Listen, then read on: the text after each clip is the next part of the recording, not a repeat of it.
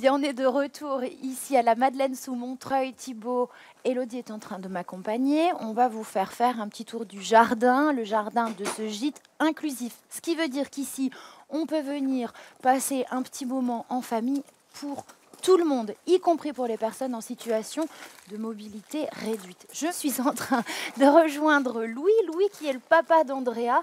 Et c'est vous, Louis, qui avez fait tous les travaux de ce gîte. Ça vous a pris à peu près 1 an. C'est ça. Et ça, c'est en plus de votre travail de juriste. Alors en plus, non, malheureusement, c'est plutôt à la place d'eux, puisque je ne suis plus juriste du fait de la maladie de la petite. J'ai dû arrêter de travailler. Comme beaucoup d'aidants familiaux, on n'a pas la possibilité, en tout cas pour des handicaps et des maladies comme celle d'Andrea, de pouvoir continuer à travailler de manière normale. Avant, j'avais un poste de direction dans des établissements sociaux, donc ça demandait du temps. Et ce temps, je ne l'ai plus, parce qu'il faut que je le consacre à ma fille et à sa maladie. Donc j'ai dû arrêter de travailler. C'est aussi ça l'idée de ce projet de gîte. Ce projet de gîte, c'est de se dire qu'effectivement, il fallait au départ aussi qu'on trouve une activité après la maladie, la déclaration de la maladie de la petite.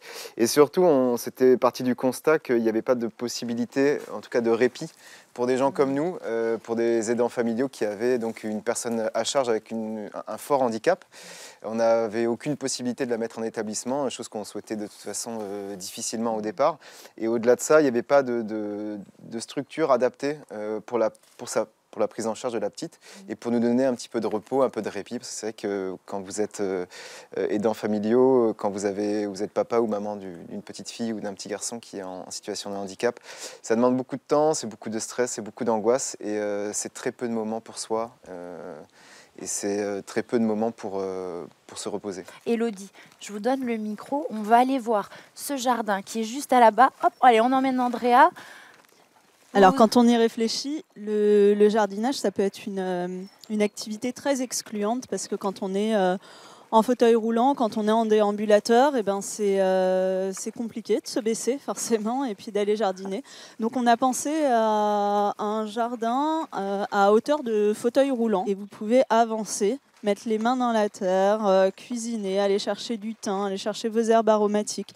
Et au fil des saisons, ce jardin sera évolutif aussi pour permettre aux personnes qui viennent en vacances ou en séjour de répit de pouvoir utiliser le jardin. Ça, c'est un nom, Élodie. Ça s'appelle l'ortithérapie. L'ortithérapie qui est utilisée notamment en EHPAD auprès des malades Alzheimer. Et ils se sont rendus compte que ça aidait à préserver et à stimuler les sens et dans certains cas à freiner l'évolution de la maladie. Alors, dans quelques jours, il y a la journée des aidants qui s'organise ici. On a Lucie qui est venue, justement, elle était venue déposer des petits prospectus au hasard. On a dit, Lucie, restez avec nous. On va vous poser quelques questions. Lucie, vous allez nous expliquer un petit peu ce que c'est que cette journée des aidants. Bonjour.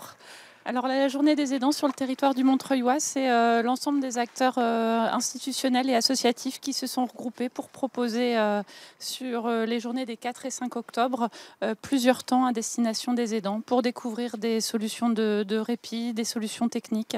Donc c'est tout un programme de portes ouvertes, de forums, de temps d'animation, de conférences, des temps de détente aussi avec une pièce de théâtre pour tous les aidants de personnes en situation de handicap, de personnes âgées. Et ça se passe le 5 octobre. Le 4 et le 5 octobre. Le 4 et le 5. Avec toutes les informations qu'on retrouve sur un site aidant-montreuillois.fr avec tout le programme sur ces 2 journées. Merci beaucoup. J'espère qu'on vous a montré une fois de plus, Thibaut, Anne-Sophie et à vous qui êtes derrière votre écran, qu'ensemble, vraiment, c'est mieux.